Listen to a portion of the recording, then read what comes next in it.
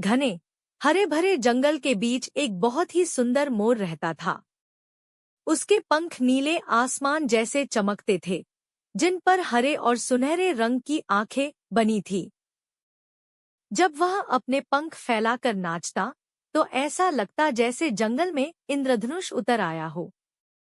जंगल के सभी जानवर उसे प्यार से नीलू कहते थे। नीलू सिर्फ सुंदर ही नहीं था, बल्कि बहुत ही नेक दिल भी था। वह कभी किसी को दुखी नहीं देख सकता था।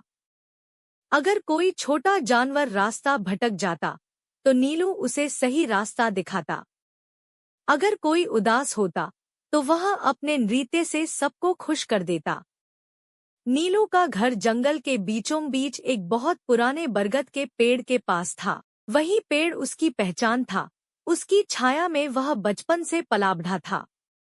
हर सुबह वह वहीं से सूरज उगते देखता और हर शाम वहीं लौट आता। एक दिन जंगल का मौसम अचानक बदल गया। सुबह तो सब कुछ सामान्य था, लेकिन दोपहर होते होते आसमान में काले बादल छा गए। तेज हवाएं चलने लगी। पेड़ झुक-झुक कर कराहने लगे। नीलू ने आसमान की ओर देखा और सोचा, आज बारिश ज्यादा होने वाली है। लेकिन तभी बिजली कड़की और तेज आंधी शुरू हो गई। नीलू डर गया। वह अपने पंख समेटे इधर-उधर भागने लगा। हवा इतनी तेज थी कि उसे समझ ही नहीं आया वह किस दिशा में जा रहा है। बारिश की मोटी-मोटी बूंदें उसके पंखों को भिगोने लगी। चारों तरफ अंधेरा और शोर था। नीलू बस भागता चला गया, भागता चला गया। जब बारिश थोड़ी थमी तो नीलू एक अजनबी जगह पर खड़ा था। चारों तरफ अजीब पेड़, अनजान रास्ते और सन्नाटा। नीलू ने चारों ओर देखा। यह जगह तो मेरी जानी पहचानी नहीं है। मेरा बरगद का पेड़ कहाँ है? उसका दिल जोर जोर से धड़कने लगा। पहली बार नीलू इतना डर गया था। वह अकेला था। वह जमीन पर बैठ गया। उसकी आंखों से आंसू गिरने लगे। क्या मैं कभी घर लौट पाऊंगा? तभी पास की झाड़ी से आवाज आई, कौन रो रहा है? नीलू ने सिर उठाकर देखा। एक छोटी सी गिलहरी थी, जिसके हाथ में अखरोट था। नीलू ने धीमी आवाज में कहा, मैं रास्ता भटक गया हूँ। गिलहरी ने सहानुभूति से कहा, डरो मत, जंगल में कोई भी हमेशा अकेला नहीं रहता। उसने नीलू को पानी पिलाया और कहा, चलो, हम तुम्हारे घर का रास्ता ढूंढेंगे। थोड़ी दूर चलने पर उन्हें एक सुंदर हिरन मिला। वह बहुत तेज दौड़ सकता था। गिलहरी ने कहा, हिरन भाई, यह मोर रास्ता भटक गया है। हिरन ने कहा, मैं जंगल के कई हिस्से जानता हूँ। मैं आगे जाकर देखता हूँ। हिरन तेजी से दौड़ा और कुछ देर बाद लौटा।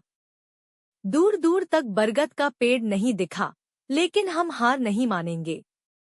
अचानक ऊपर से आवाज आई, मैं ऊपर से देख सकता हूँ। एक हरा तोता उड़ता हुआ आया।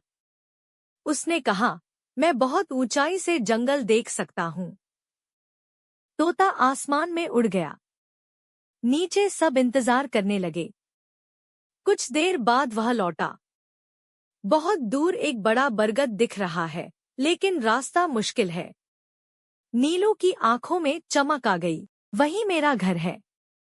रास्ता दलदली और मुश्किल था। तभी भारी कदमों की आवाज आई। एक बड़ा हाथी सामने आया। हाथी ने कहा, मैं अपनी ताकत से रास्ता बना सकता हूँ। हाथी ने पेड़ हटाए, दलदल पार कराया। सब जानवर एक दूसरे की मदद करते चले।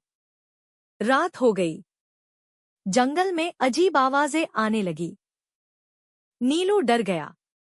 उसने कहा, अगर मैं घर नहीं पहुंचा तो? गिलहरी बोली, उम्मीद मत छोड़ो। तोते ने कहा, हम सब तुम्हारे साथ हैं। सुबह सूरज निकला।